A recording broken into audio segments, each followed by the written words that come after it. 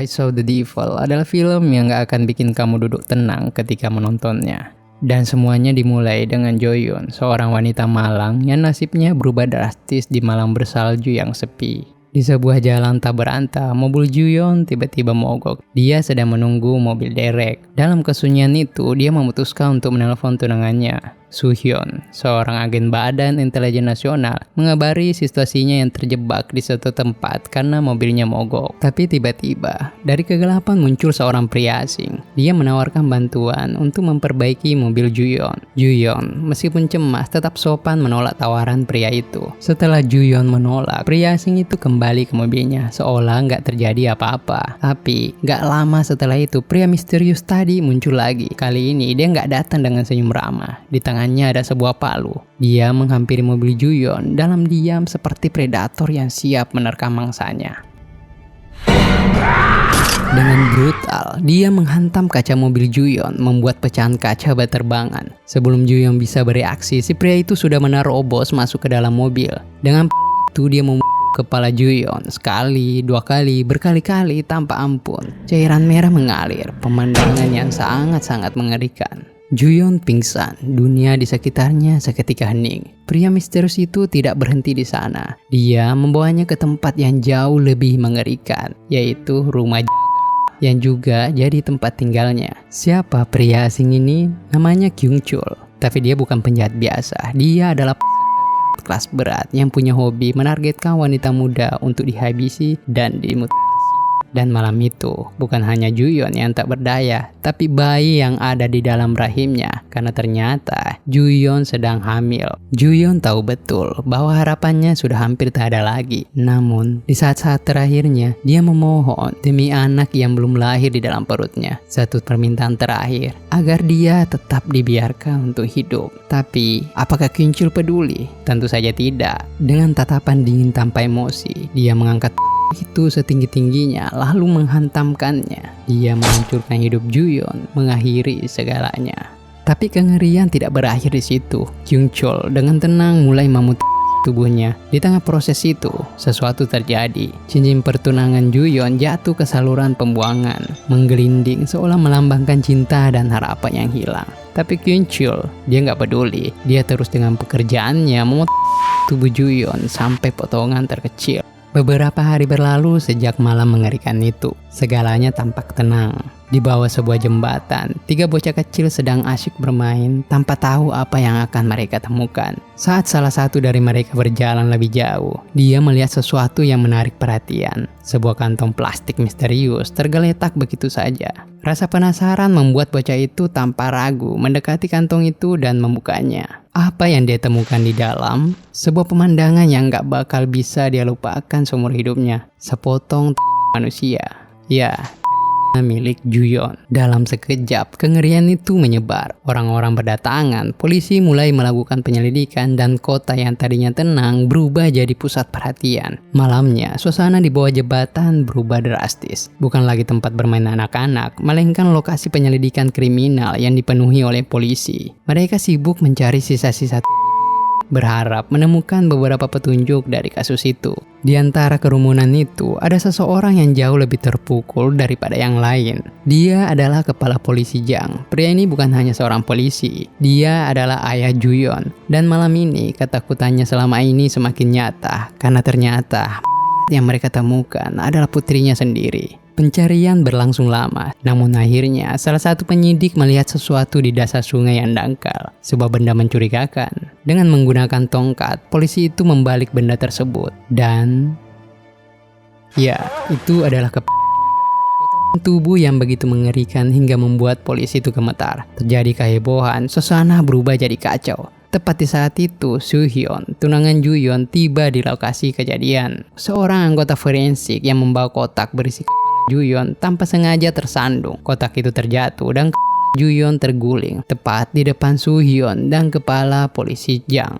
Pemandangan itu sangat mengerikan. Soo-hyun terpukul hebat dan bagi kepala polisi Jang, ini bukan hanya luka fisik, ini adalah luka yang sangat dalam akibat kehilangan anak yang sangat ia cintai. Hari kremasi Ju-yeon tiba, tangis keluarga dan teman-teman terdengar samar. Namun di tengah-tengah itu, Soo-hyun diam membisu. Dia tidak bisa menahan air matanya. Kehilangan orang yang dicintai, apalagi dengan cara sekejam ini, membuat hatinya remuk. Dari abu kremasi itu, Soo-hyun tidak hanya meninggalkan cinta dan kenangannya pada Ju-yeon. Dia juga meninggalkan jiwanya yang damai. Kini yang tersisa hanyalah kemarahan. Dan dari kemarahan itu, sebuah pembalasan yang kejam sedang dipersiapkan. Keesokan harinya, Soo-hyun menghadap atasannya. Dia meminta cuti 2 minggu. Dia bilang butuh waktu untuk istirahat, untuk memulihkan diri dari tragedi yang baru saja terjadi. Dan tentu saja, atasannya tak punya alasan untuk menolak. Langkah pertama dalam rencana balas dendam Soo-hyun sudah dimulai. Dia meminta seorang rekan kerjanya mengambil alat pelacak yang memiliki mikrofon mini berbentuk kapsul dari peralatan Badan Intelijen Nasional. Tapi rencana Soo-hyun nggak berhenti di situ.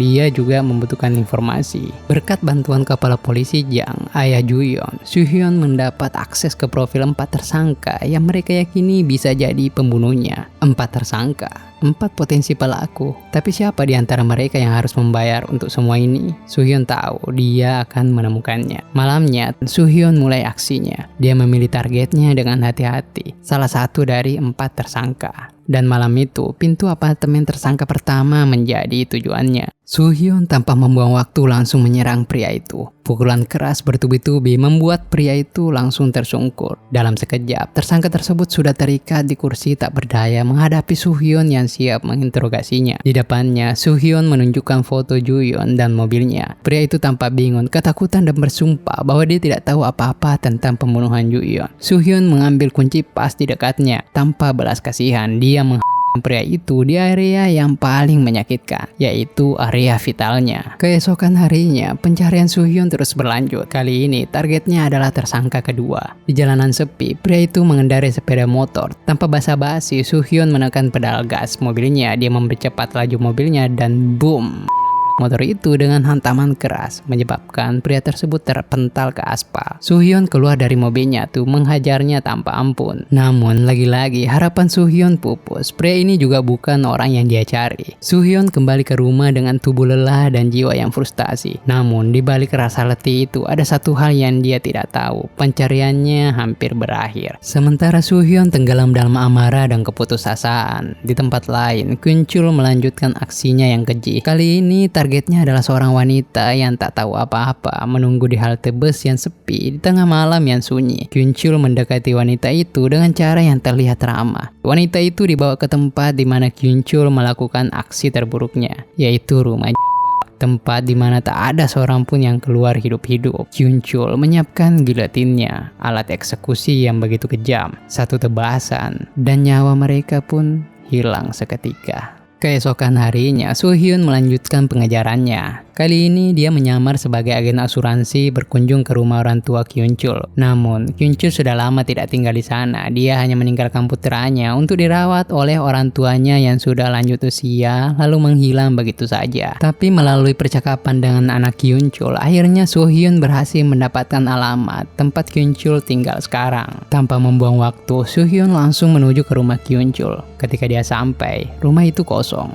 Dia menyelinap masuk. Apa yang Soo-hyun temukan di dalam benar-benar mengerikan. Tas-tas wanita, pakaian dalam yang berserakan. Semua itu milik korban-korban Kyun-chul. Dan seakan itu belum cukup mengerikan, dia menemukan sebuah pintu yang mengarah ke sebuah ruangan. Itu adalah ruangan di mana Kyun-chul melakukan kekejamannya. Saat Soo-hyun menyusuri ruangan berlumuran cairan merah itu, ada satu penemuan yang membuatnya begitu terpukul. Di saluran pembuangan, tersangkut sesuatu yang pernah begitu berharga bagi Soo-hyun. Ya, cincin itu masih di sana dan penuh dengan cairan merah. Cincin itu adalah bukti Kyun-chul adalah iblis yang telah menghancurkan hidupnya. Sementara Soo-hyun melacak jejak Kyun-chul, polisi juga melakukan penyelidikan mereka sendiri. Mereka tahu Kyun-chul adalah tersangka dan mereka datang ke sekolah. Tapi sayangnya mereka terlambat. Kyun-chul baru saja pergi mengantar anak-anak pulang dari sekolah. Ya, itulah kenapa Kyun-chul tidak ada di rumah saat Soo-hyun menyusup. Setelah mengantar semua anak, hanya ada satu gadis yang tersisa. Dan rencana Kyun-chul sudah jelas. Dia membawanya ke perkebunan terpencil. Di sana, di tempat yang jauh dari keramaian, dia berencana memperkosa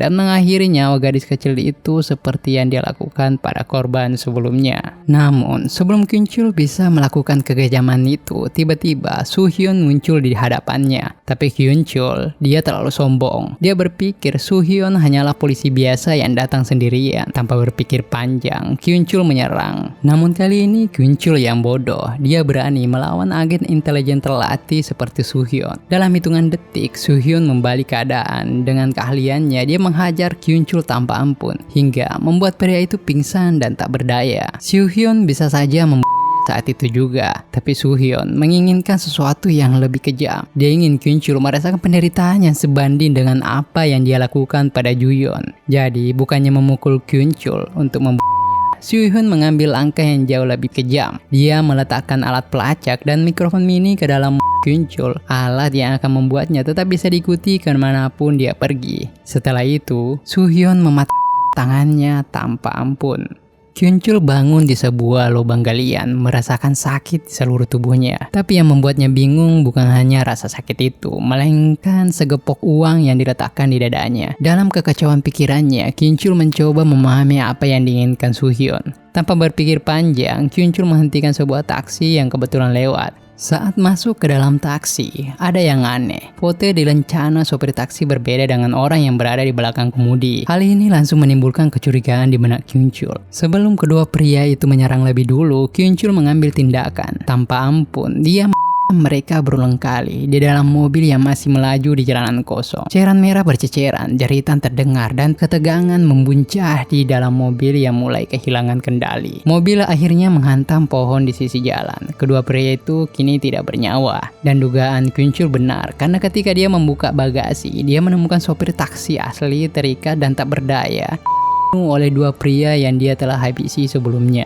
Dia membuang ketiga mayat itu ke dalam hutan terdekat. Saat matahari mulai terbit, Kyunchul yang masih terluka menuju ke sebuah klinik kecil untuk mencari perawatan. Di sana, seorang dokter yang tidak curiga mulai merawat lukanya. Namun, perhatian Kyunchul segera beralih ke seorang gadis muda yang bekerja sebagai perawat. Wajah polosnya tanpa sadar memicu hasrat terpendam dalam diri Kyunchul. Ketika dia sendirian di ruang belakang, Kyunchul tanpa ragu memanfaatkan kesempatan. Dia bergerak cepat, siap memuaskan nafsu bejatnya yang tak pernah terpuaskan. Soo-hyun yang sebelumnya sudah menanamkan alat pelacak dan mikrofon mini di mulut Kyunchul bisa mendengar setiap kata yang diucapkan oleh si monster ini. Ketika Soo-hyun mendengar niat jahat Kyunchul terhadap perawat itu, dia segera bergerak tanpa buang waktu. Soo-hyun melesat menuju klinik. Soo-hyun tiba tepat pada waktunya dan tanpa belas kasihan, dia mulai menyiksa Kyunchul lagi. Pukulan demi pukulan, rasa sakit demi rasa sakit, semuanya dilampiaskan kepada pria ini yang sudah lebih dari layak mendapatkannya. Soo-hyun tendon Achilles Kyunchul membuat pria itu merasakan rasa sakit yang tak terbayangkan yang membuatnya pingsan seketika di tempat. Saat hari mulai gelap, Kyunchul terbangun dari pingsannya. Tubuhnya masih penuh luka dan kali ini dia terbangun di tempat parkir yang sepi. Kecurigaan mulai merayap dalam benaknya. Mengapa orang gila itu, Soo-hyun, terus mengikutinya dan menyiksanya tanpa henti? Malam semakin larut dan taksi yang dikendarai Kyunchul tiba-tiba mogok. Tidak ada jalan keluar kecuali mencari mobil lain untuk dicuri. Tapi kali ini nasibnya kurang beruntung. Mobil yang hendak dia begal ternyata penuh dengan tentara. Kyunchul mengurungkan niatnya. Kyunchul meminta mereka untuk mengantarnya ke tempat temannya. Para tentara tanpa curiga setuju dan membantunya. Di tempat lain, di dalam mobil yang melaju pelan, kepala polisi Jang menelpon Soo-hyun. Ada kekhawatiran yang semakin besar di balik suaranya. "Kamu harus berhenti," kata Jang. Dia meminta, bahkan memohon pada Soo-hyun agar menyerahkan Kyunchul ke tangan polisi. Bukan hanya Jang yang cemas, Soo-hyun, adik perempuan Ju-yeon, juga memohon. Balas dendam tidak akan menghidupkan kembali Ju-yeon, katanya. Air mata tak bisa mengembalikan yang sudah hilang, apalagi cairan merah. Soo-hyun menolak permintaan mereka. Dia tahu tidak ada yang akan mengerti bahwa rasa sakit yang dia rasakan hanya bisa diobati dengan cara ini. Kyunchul akhirnya tiba di tempat temannya, Taejo, seorang pembunuh dan di sana, Kyunchul memberitahu Taejo tentang masalahnya. Taejo dengan senyum sinis berpikir bahwa yang memburu Kyunchul pasti adalah keluarga salah satu wanita yang dia Mendengar perkataan Taejo, Kyunchul mulai memikirkan sesuatu. Cincin pertunangan Juyeon muncul dalam ingatannya. Mungkin saja orang yang gila yang memburunya adalah tunangan Juyeon. Tapi Taejo tidak peduli, dia malah tertawa terbahak-bahak. Ejekan itu membuat kemarahan yang membara dalam diri Suhyun memuncak. Suhyun tanpa ragu keluar dari mobilnya menuju rumah Taejo untuk memberikan mereka pelajaran. Suhyun tiba tepat saat Taejo hendak seorang gadis yang menjadi tawanannya. Tanpa sepatah kata pun, Suhyun menghajar dan merantai leher Taejo, mengikat tangannya, dan dengan brutal tangan kanannya dengan sebuah obeng. Namun, tiba-tiba Kyunchul muncul di dapur dengan senapan di tangan. Peluru itu meleset, memberi Suhyun kesempatan untuk melarikan diri ke atas rumah. Kyunchul dan Taejo memutuskan untuk berpencar mencari Suhyun. Suhyun menggunakan kesempatan itu untuk menyergap mereka satu persatu, melumpuhkan keduanya dengan keahliannya. Setelah berhasil melumpuhkan Taejo dan pacarnya yang menjadi kaki tangan dalam kejahatan keji mereka, Suhyun memanggil polisi untuk menangkap mereka. Tapi tidak dengan Kyunchul. Alih-alih menyerahkannya ke polisi, Suhyun membawa Kyunchul ke tempat persembunyiannya. Namun, saat berada di tempat persembunyian, salah satu teman Suhyun yang membantu merawat Kyunchul membuat kesalahan fatal. Temannya tanpa sengaja membicarakan tentang alat pelacak yang dimasukkan ke dalam tubuh Kyunchul dan bagaimana alat itu bisa dihilangkan dengan buang air besar. Kyunchul yang berpura-pura tidur mendengar semua detail penting itu. Senyum tipis muncul di wajahnya yang penuh luka-luka. Setelah cukup istirahat, Suhyun membawa Kyunchul ke sebuah terowongan yang terbengkalai. Kyunchul tertawa penuh kemenangan karena kini dia tahu cara mengeluarkan alat pelacak itu. Kyunchul dengan penuh percaya diri menantang Suhyun, mengatakan bahwa suatu hari nanti dia akan menyesal tidak saat itu juga. Dan kemudian kalimat yang menghancurkan segalanya. Kyunchul mengungkapkan bahwa Juyeon, tunangan Suhyun, sedang hamil ketika dia Kata-kata itu menghantam Suhyun bak petir. Namun, Kyunchul tidak berhenti di situ. Dia memasuki apotek terdekat, di mana dia dengan brutal membunuh apoteker yang tidak curiga dan mencuri beberapa obat pencahar. Dengan obat pencahar di tangan, Kyunchul menuju toilet umum. Di sana, dia dengan tenang mengeluarkan alat pelacak yang telah ditanam oleh Suhyun, membersihkannya dari kotoran. Kebetulan, seorang polisi yang merasa sakit perut masuk ke toilet. Tanpa ragu, Kyunchul menyerang polisi itu dengan membabi buta. Pukulan demi pukulan menghujani tubuh polisi tersebut sampai dia terkapar tak berdaya. Dan kemudian Kyunchul alat pelacak bau itu ke mulut polisi yang malang. Setelah menyelesaikan rencana liciknya, Kyunchul meninggalkan tempat itu. Tidak lama kemudian, Suhyun tiba di toilet umum. Tapi yang ditemukan hanyalah polisi yang telah dipukuli setengah mati. Suhyun kini bingung. Jejak Kyunchul hilang begitu saja. Di tengah kekacauan ini, Kyunchul melakukan langkah tak terduga. Dia menelpon komandan polisi Oh, pria yang bertanggung jawab untuk menangkapnya. Kyunchul memberitahu Oh bahwa dia berencana untuk menyerahkan diri ke polisi setelah menyelesaikan urusannya dengan Suhyun. Sementara itu, Suhyun berada di rumah sakit tempat Taejo dirawat. Dan benar saja, Taejo tahu apa yang sedang direncanakan oleh Kyunchul. Taejo dengan senyum sinisnya mengatakan bahwa Kyunchul tidak akan berhenti hanya pada Juyeon. Untuk membuat Suhyun benar-benar menderita, Kyunchul berencana untuk keluarga Juyeon. Setelah dia selesai dengan pembalasan itu, Kyunchul akan menyerahkan dirinya ke polisi. Suhyun mendengar semua itu membuat amarahnya semakin terbakar. Suhyun memutuskan untuk memberi Taejo senyum yang tidak akan pernah hilang. Dia rahang Taejo, sebuah ironi yang sangat mengerikan. Dengan informasi baru di tangannya, dia menyadari bahwa kehidupan kepala polisi Jang dan Sehyun dalam bahaya. Suhyun bergegas menuju rumah mereka. Namun, saat dia tiba, semuanya sudah terlambat. Kepala polisi Jang ditemukan terkapar, terluka parah setelah dipukuli dengan halter. Dan lebih mengerikan lagi, Suhyun telah dan dengan kejam oleh Kyunchul. Beberapa saat kemudian, Suhyun menerima telepon dari Kyunchul. Dengan percaya diri, Kyunchul memberitahu Suhyun bahwa dia akan menyerahkan diri ke polisi. Kyunchul sudah memberitahu polisi tentang waktu dan tempat dia menyerahkan diri. Dan ketika waktunya tiba, polisi sudah berkerumun di sekitar lokasi siap menangkapnya. Semua tampak sesuai rencana. Karena tak lama setelah itu, sebuah mobil berhenti di tengah jalan. Ketika pengemudi keluar, mereka melihat Kyunchul berlumuran cairan merah mengangkat tangannya, siap untuk ditangkap. Namun, ada sesuatu yang tak dia duga. Di bayang-bayang kerumunan polisi, Suhyun sudah menunggu. Dan saat Kyunchul mengangkat tangannya dengan ekspresi puas di wajahnya, Suhyun menginjak gas. Dalam hitungan detik, mobilnya melaju ke arah Kyunchul. Dalam satu gerakan cepat, Suhyun menabrak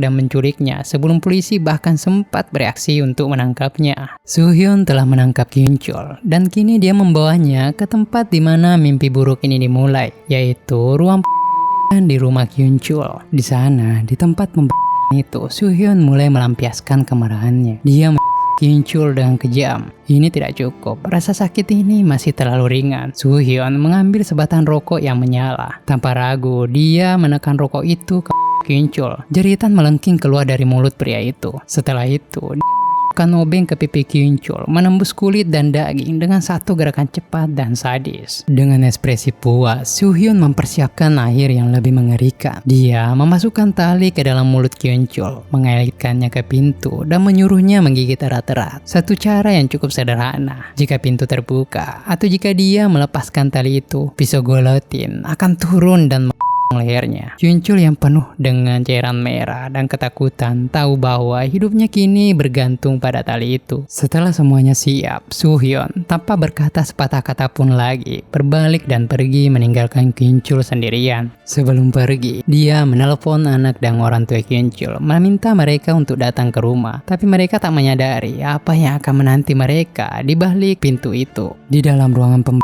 itu, Kyun-chul mulai panik. Dia berulang kali memohon kepada keluarganya untuk tidak membuka pintu, tapi suaranya teredam oleh tali di mulutnya. Mereka tidak bisa mendengar suaranya dengan jelas. Tanpa henti, mereka terus mencoba membuka pintu. Dan ketika pintu itu terbuka, Kyun-chul kehilangan cengkeramannya pada tali. Pisau guillotine meluncur dengan cepat, dan dalam sekejap, semuanya berakhir. Pisah dari tubuhnya, berguling ke lantai, berhenti tepat di depan keluarganya yang terpaku ketakutan. Jeritan mereka memenuhi ruangan. Di luar, Soo-hyun mendengar semuanya lewat earphone-nya. Dengan tenang, dia melepas earphone-nya. Kemenangan ada di tangannya, tapi semuanya terasa hampa bagi dia. Soo-hyun berdiri sejenak dan merenung. Dia telah menyelesaikan apa yang dia mulai, tapi rasa puas itu tidak datang menghampirinya. Malah yang terjadi adalah sebaliknya. Air mata mulai mengalir. Dia menangis. Bukan untuk Kyun-chul, tapi untuk dirinya sendiri, untuk Ju-yeon, dan untuk semua yang telah hilang dalam hidupnya. Dan disitulah film ini berakhir, dengan Soo-hyun melanjutkan perjalanannya, tapi kali ini dengan beban yang lebih berat.